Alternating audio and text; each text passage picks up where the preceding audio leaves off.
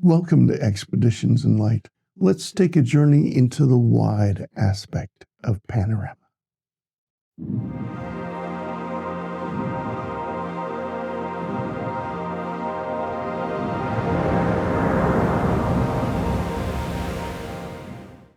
We're going to take this journey with Luminar Neo as the processing agent.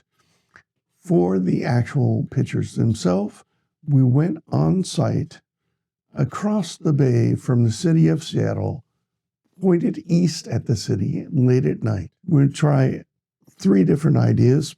I tried f8 at 15 seconds at ISO 100, f11 at 15 seconds at ISO 320, and then we tried the Lumix camera multi-shot mode. Join me on the bay as we take a few photos, then we'll come back in the studio and process those in Luminar Neo. Welcome to the east nighttime view across the bay of the city of Seattle. So let's double check my tripod. Seems sturdy.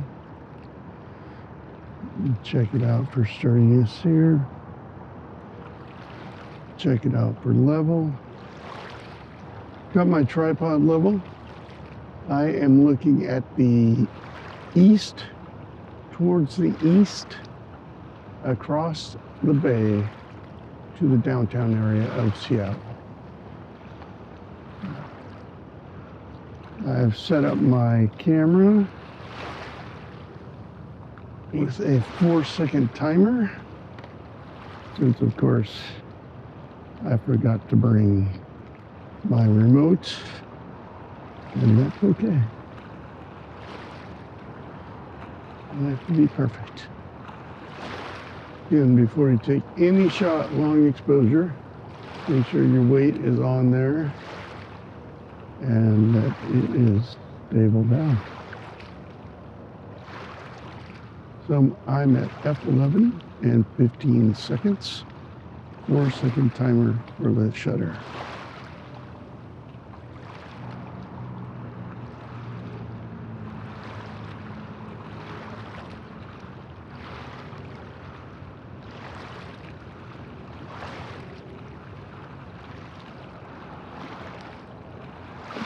Trying high resolution mode here. Not sure how that's going to work. We will find out.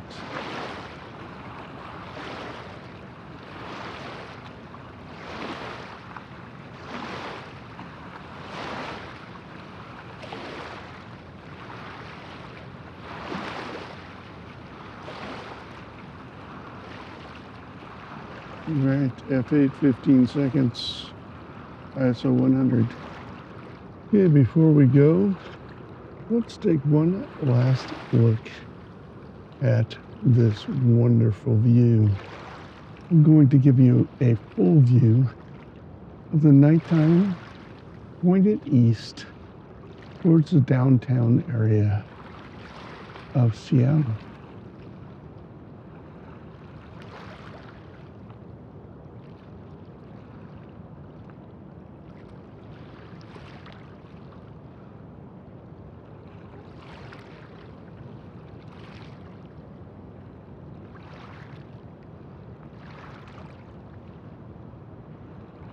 All right, let's go to the studio and see what we can get. Let's take a look at our edit here in Luminar. I've gotten all the raw files together in there. Got the regular raw files here, and then I've got the multi-shot raw files. We'll just look at the regular raw files and come into this catalog. We'll deal with the one that was shot at f11, 15 seconds. A little higher ISO, 320 ISO. 105 millimeters. We'll start off though, before we do the panorama, we're going to take and do just some slight edits. I like the camera standard. I'm going to bump exposure just a little here. Then we'll apply a little bit of sharpening and look at a curve, giving me an absolute black point.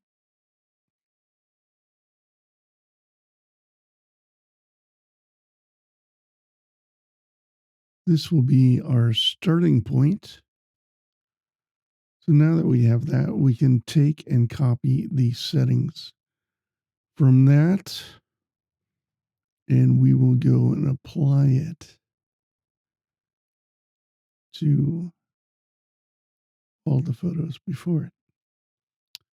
I think we're going to skip that stadium and just apply it to downtown core.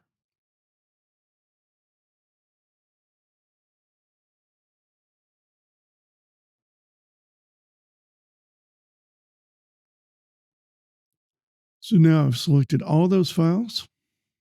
They all have the same kind of color profile, just a slight edit. And we're going to move them over into Panorama stitching. We will start the stitch. It goes through some processing, then comes up with a general stitch for us. And actually, I like that line. That line is fairly good. I'm going to talk a little bit about these. I'll even read basically from the manual. Spherical panoramas are best suited for capturing and presenting scenes with significant detail in all directions, offering viewers an immersive and all-encompassing experience, particularly valuable in landscape and architecture photography. These panoramas provide a comprehensive perspective of vast landscapes, capturing the entire scene from horizontal to sky to foreground. The seamless stitching of overlapping images creates a distortion-free, lifelike representation with added depth and interest from foreground elements, allowing interactive exploration and connecting viewers with breathtaking landscapes, grandeur, beauty, and atmosphere. This stitch, the spherical, seems to work pretty well for this photo. It's a good option. Let's talk about the next one, cylinder. Cylinder panoramas are best suited for capturing scenes with a horizontal emphasis or expansive width. They excel in showcasing cityscapes, i.e. this one, urbanscapes, wide scenic environments, providing a broad view of those settings. Cylinder panoramas are also ideal for presenting architectural structures with wide facades and interiors featuring significant horizontal features, offering an immersive and continuous view of these spaces. Obviously, that's a pretty good choice for this. We've got a whole bunch of structure here. We'll probably keep with that one. We'll talk a little bit about these others. Mercator. The Mercator protection applies an adjustment as if the image is projected onto the exterior surface of a sphere. This approach is particularly suitable for panoramas catch while moving around the subject rather than rotating the camera. It can be likened to imagining a panorama of the Earth and then flattening it to create a Mercator map. We're not going to use that for here. This is not a map-like experience. We're not dealing with a spherical image. We're dealing basically with a flat landscape. But you could try that if you shot around a subject. The plane in panoramas refers to a method of displaying the curved panoramic image on a flat surface, like a computer screen. It determines how the wide-angle view is mapped onto a 2D plane for viewing without distortion. That's actually not too bad for this, although the idea of keeping our vertical lines is really appealing. I will probably stick with cylinder, and then we have this last one. The last one is fisheye. Fisheye panoramas encompass an extremely wide field of view, often exceeding 180 degrees. They produce a distinct visual effect known as barrel distortion, curving straight lines near the edges inward towards the center, resulting in an immersive and artistic representation of the scene. Fisheye panoramas are particularly popular in creative and experimental photography, adding a surreal and captivating quality to the panoramic images. That is completely useless for this because we want a flat thing. We want something that emphasizes the architecture, the cityscape. Again, I'm just going to stick with cylindrical, but we have these spherical, cylindrical, Mercator, plane, and fisheye. Those descriptions were straight from the manual. That looks pretty good as a panorama, and our lines are fairly straight, so I'm not going to worry about that. That bay is fairly straight. We will continue. I am going to leave the crop probably as is and save it. The reason why is I'm going to come into this edit tool and I'm going to apply my own crop. I think at 20 to 5. I think something like that. We are essentially going to center the image. Panoramas work well with centering. A rule of thirds, we can kind of ignore. Go like that. I want to make some detail out of these. Our detail is not bad, but I'm going to pump up the small details, a little bit of mid details, and just a touch of large, and bring the sharpening up. We just want to pop that city out a little bit more. We can do the same thing using structure.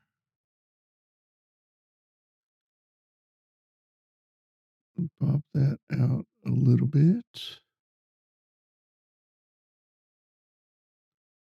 And see that kind of making the buildings pop up a touch. Let's get ourselves a gradient mass.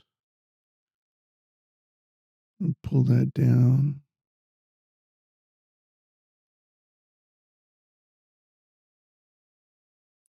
I don't want any structure or anything on the water. And actually, let's go back here and take these details. And I'm just going to brush the details on the buildings only.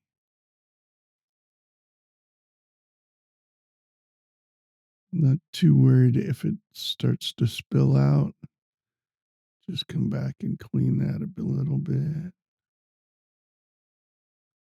What I don't want is this stuff on the water. Now, that was done without noise reduction.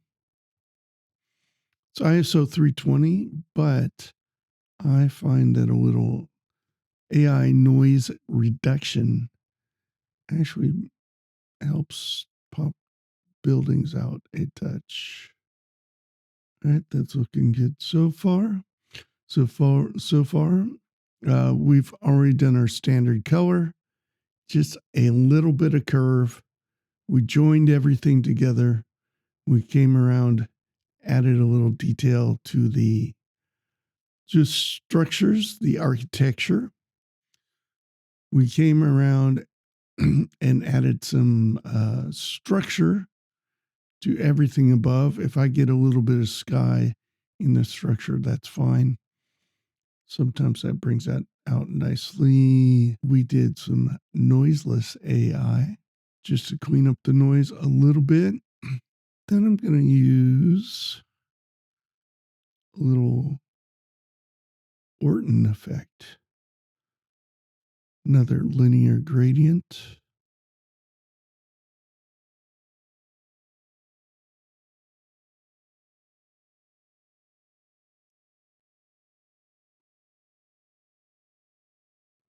Just up to that edge of the water.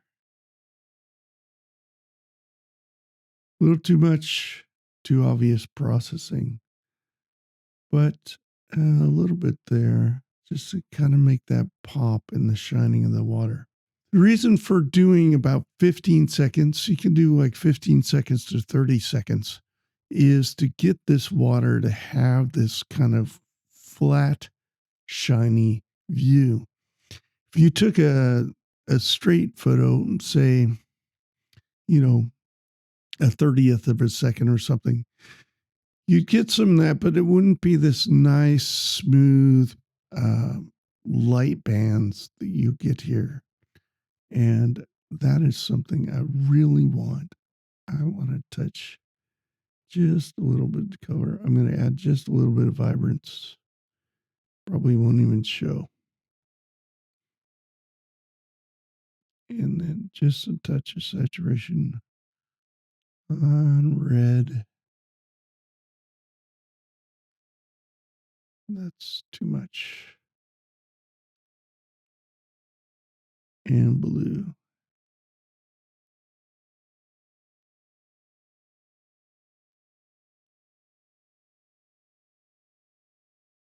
Pretty subtle. My finisher here will be this twilight effect. But we'll probably, let's see what happens when we use this. Too much looks awful.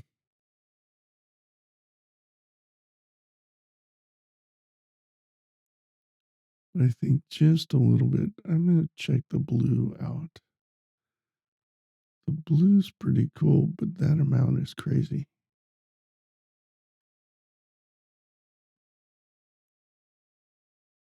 I think I'm going to stick with that blue. I like the little light come along. I'm going to see if I can make the Space Needle stick out a touch more with this one.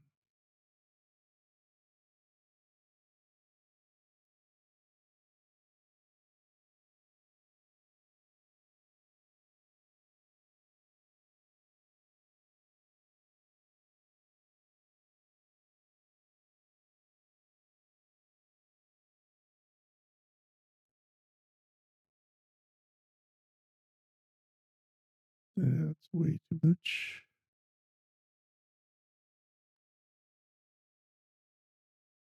And I will do this with this one also.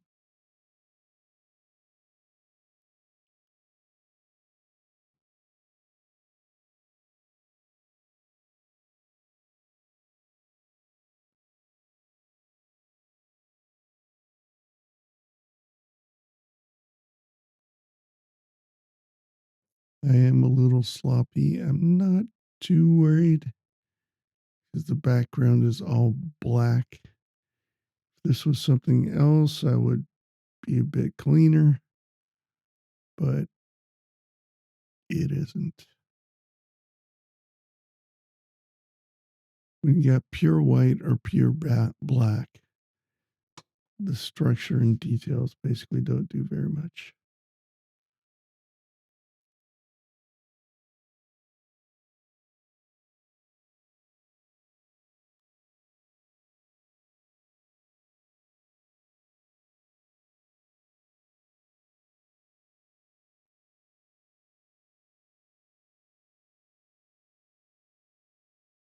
All right, I think that helped.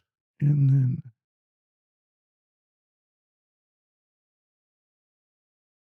I'm going to do another linear gradient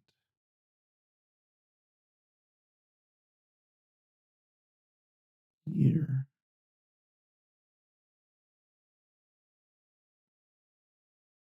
For two adjustments. I'm going to pop a little bit more sharpening to make those stick out. And I'm going to come around to a little bit more of a curve.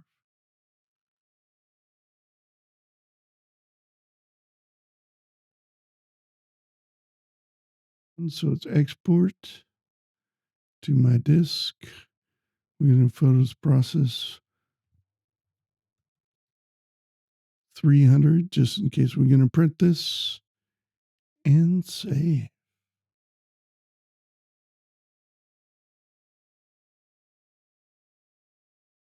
Thanks for joining me through the editing process. Here is the entire photo, kind of shown across the screen. It was an interesting journey to try this. I think that Luminar works very well for creating those type of panoramas that I took today. Basically, city, architecture, landscape. Seems to work quite well. What we will try next time is do another night cityscape view of Seattle from a different point of view, which I will talk about later, with Affinity Photo. Affinity Photo also processes panoramas, but in a different way, and we'll look at how that is done. Until then, this is your host, John, signing off, and I hope that you join me again on the next Expeditions in Light.